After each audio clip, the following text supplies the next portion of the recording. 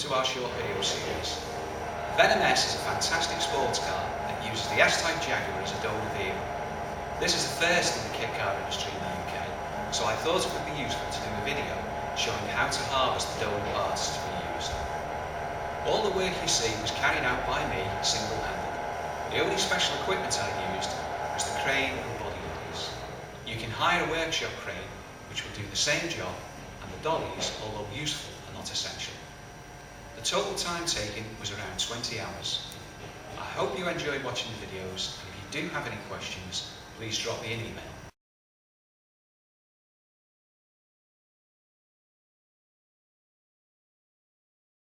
Hello everyone. Right, we've got the car in the workshop now, and we're about to strip it down and to retrieve the donor parts to go onto our Venom S.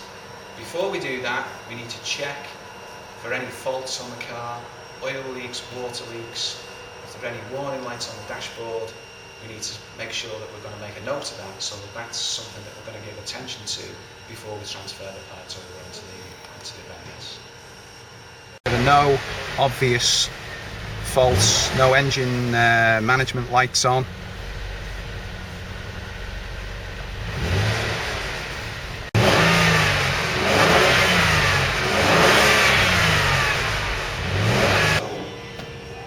Checked, we've got no problems.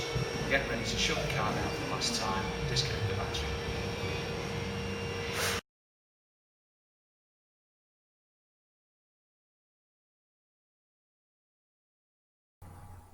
Okay, we've removed the road wheels and supported the rear of the car on a 4-wheel dolly, where you could use axle stands. Our first task is to remove the rear sections of the exhaust. Normally this involves cutting the pipe, as the joints will be rusted solid. We can then move on to disconnecting the brake hoses, wheel speed sensors and handbrake cable. We're going to cut the exhaust here approximately, so that we can pull the rear sections of the pipe out from underneath the rear cross member, and then we can deal with the rest of the exhaust system later. We've removed now the rear box sections of the exhaust by cutting through the pipes at the front there, and this reveals a common problem with the S-Type Jaguar. The rear mountings, I'm just going to come down and show you one here, are bolted on to a hanger bracket at the back, which completely corrodes off the car, and if you noticed any knocking noises from the back when you drove the car over bumps, quite likely it's because this hanger bracket is broken at the back. So you can see the handbrake connection here on the wheel, so we're just going to disconnect that. The wheel speed sensor wiring is just at the top of that ball joint there, so we're just going to go in and disconnect that. Okay, so this is the location for the wheel speed sensor here. So if you undo this 8mm bolt, you'll be able to pop this out, and you can just see the ABS ring here,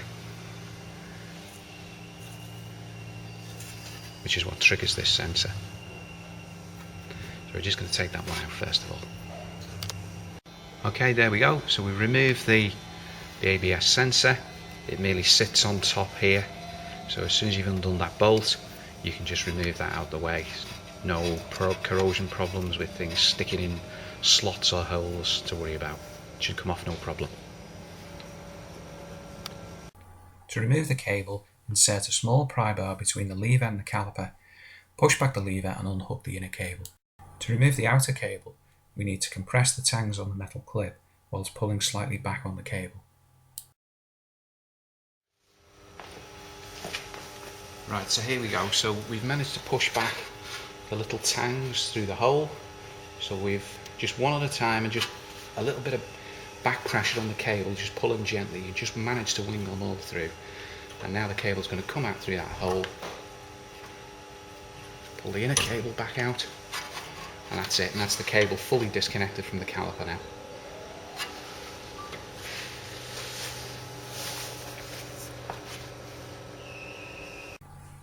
Next step is to remove the brake hose, and usually this is a banjo type fitting at the caliper.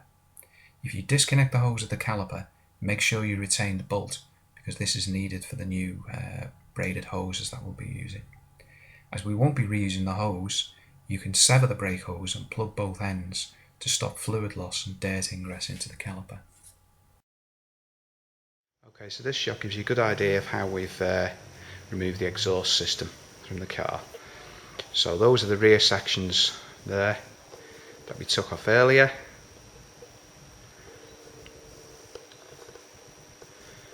See, we cut those over the just in front of the rear subframe, and then this is the centre section here that we've removed, running up to the front down pipes. So where those two cuts are there, it's just behind the catalytic converters. The remainder of the front down pipes will just stay on the engine, and that will all come off with the engine and front subframe and front suspension as a complete unit. What I've just removed and laid over the top there is the heat shield that goes between the body and the exhaust system, which is meant to stop convected heat travelling up into the passenger compartment and also up into the plastic fuel tank, which sits just above this. It's held on with several, let's see, 2, 4, 6, 10mm bolts. The front ones you'll probably be able to get out, the back ones you won't, but the shield is so thin and the corrosion will extend from the bolts around the mounting flanges of the shield that you'll literally just be able to pull it off with your hands.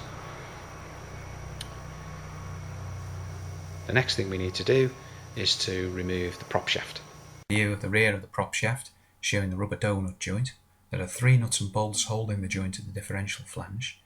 You'll need an 18mm spanner or socket to deal with these bolts, which are not especially tight. There's an identical arrangement at the opposite gearbox end, which means there's no oil loss from the gearbox when the prop shaft is removed. Okay, so you can see more clearly now, this is the prop shaft removed. So you can see the rubber donut joints which exist at either end of the shaft. That's the gearbox end. 3 bolts go through a spider arm type arrangement. 2 bolts for the centre bearing, and then exactly the same mounting as at the front. Gearbox mounting. Of course, there's a differential mounting at the rear.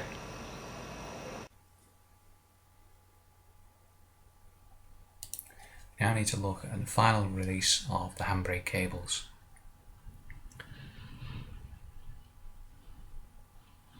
This shows the arrangement with the centre cable going back to the handbrake lever and the 2 axle cables. Having released these at the caliper end, there will be very little tension in these, so they'll be quite easy to remove from the yoke.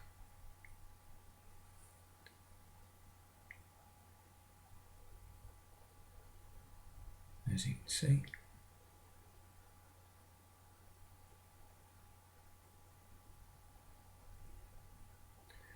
The outer cables are retained by 2 split plastic ferrules which need to be removed and retained.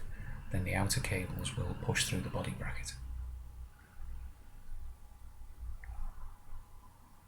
These are the 2 ferrules that were removed from the handbrake cable.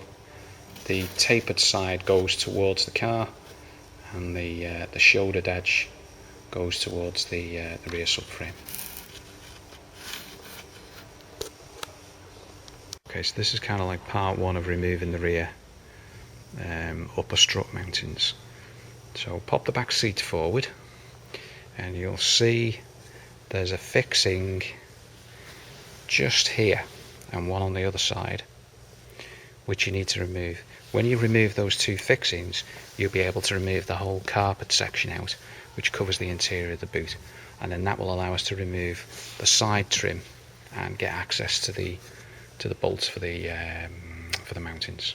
Okay, so we've removed the rear carpet section now. I have to take out those 2 fasteners just under the seats. That just comes out easily. The next thing to do is to remove this plastic trim panel that sits on here, and there's some screws which are rather obvious for removing that one. The tie down hooks here, these need to come off, one on each side, and you may find various clips and fasteners. You just need to look around the edges. Some of them may be missing, some of them may still be intact, before we can remove the carpet section on each side of the wheel well. Here's a shot into the open boot of the car that shows on each side of the wheel well the top strut mountings. So there's 4 13mm bolts in each of those, and when you've undone those and you've undone the bottom subframe bolts, the subframe will be ready to be removed from the car. So okay, so we're just about ready now to be able to remove the subframe from the vehicle. There are 4 bolts, 2 on each side, that hold the subframe on, and while it's quite difficult to see these, I've just stuck some tape on the bolt mountings. They will be obvious, but just to give you an idea of the general area where they're located. So there's one at the rear there, there's one just under there at the front. The subframe's rubber mounted onto the body, and there are long 15mm bolts that go in each of those locations.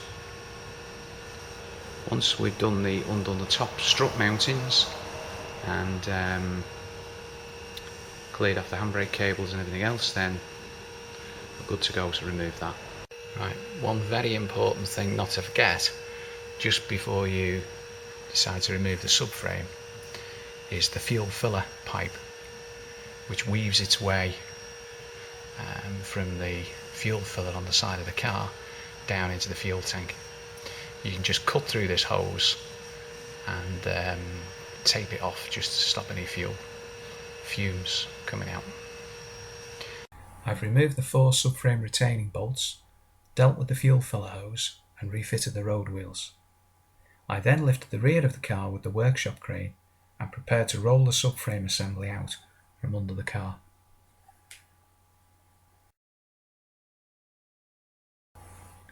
This shows the rear subframe assembly removed, and I'm preparing now to lower the rear of the car back down. You should allow about 6 hours to complete this stage of the work. I've lowered the rear of the car back down onto supports now, and after a quick tidy up, we're ready to move on to the next stage.